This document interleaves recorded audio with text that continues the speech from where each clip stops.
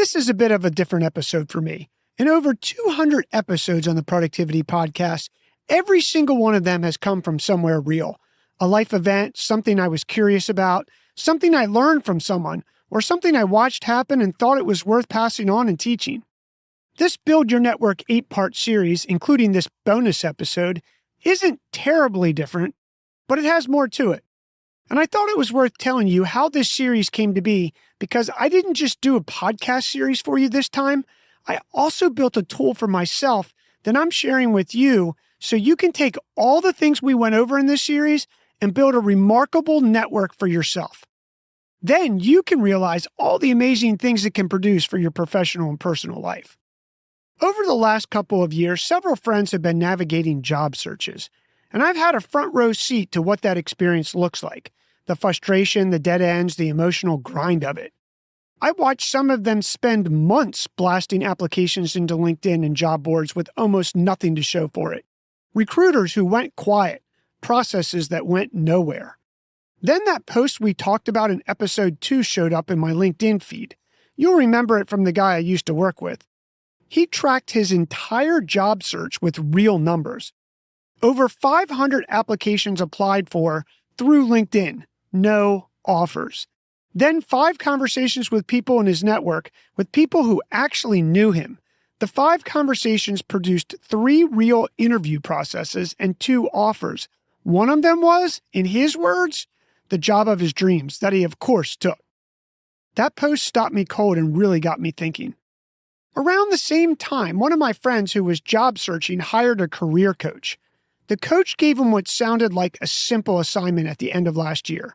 Send 30 handwritten Happy New Year cards to people in his professional network. Just a genuine personal touch. No ask, no agenda.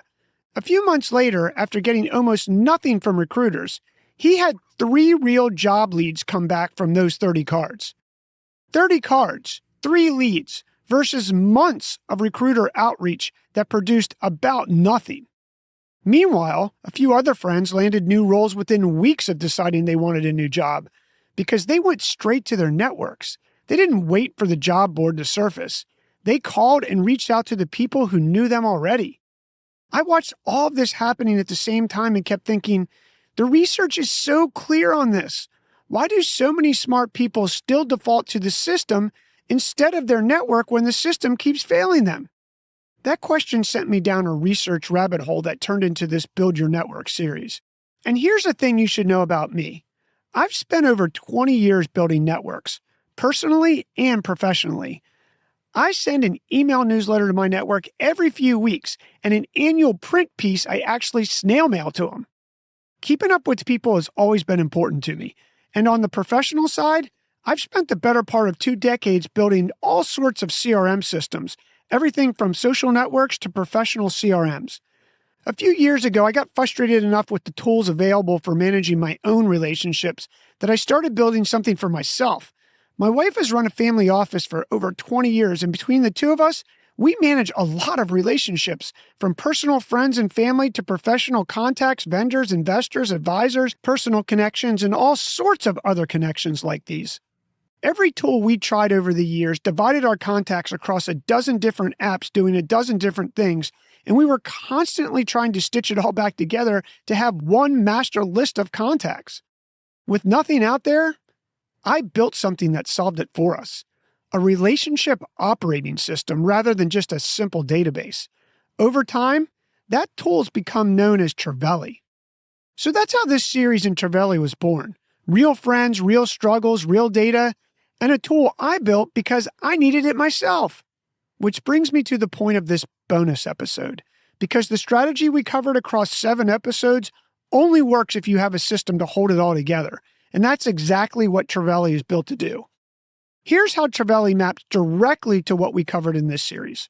The biggest enemy of a healthy network is drift, the slow, quiet fading of relationships that matter most to you, not because anything went wrong, just because life gets busy.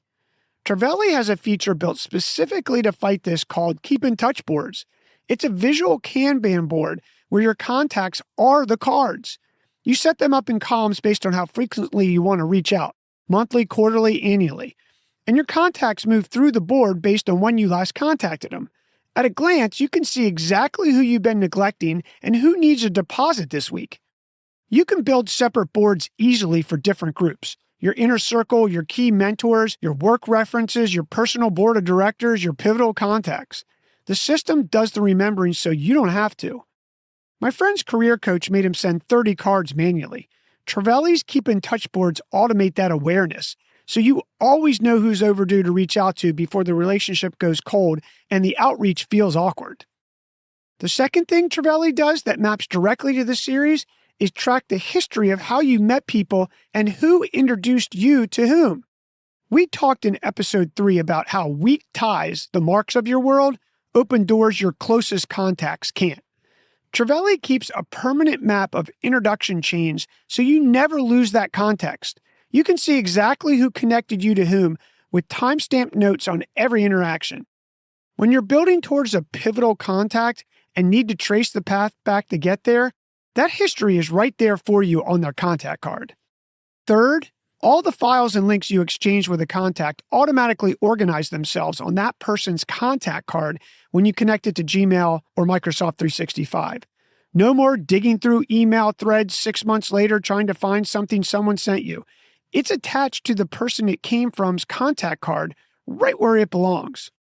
And Treveli allows you to share lists. Whether you're managing a board of advisors, a mastermind group, a team of contractors, or even a holiday card list, Treveli lets you create shared dynamic lists that update automatically when anyone's contact information changes. No more stale spreadsheets. For running the networking system we built over this series, the Keep in Touch boards alone are worth it. That's a quarterly relationship review made visual, automated, and impossible to ignore. Here's your move. Go sign up directly at app.treveli.io. That's app.trevally.io. And if you want help getting started or setting up your Keep in Touch boards, reach out to me directly. I'll personally help you get set up. My contact information is in Treveli. A strong network building strategy only works if the system holds. Treveli is your relationship operating system.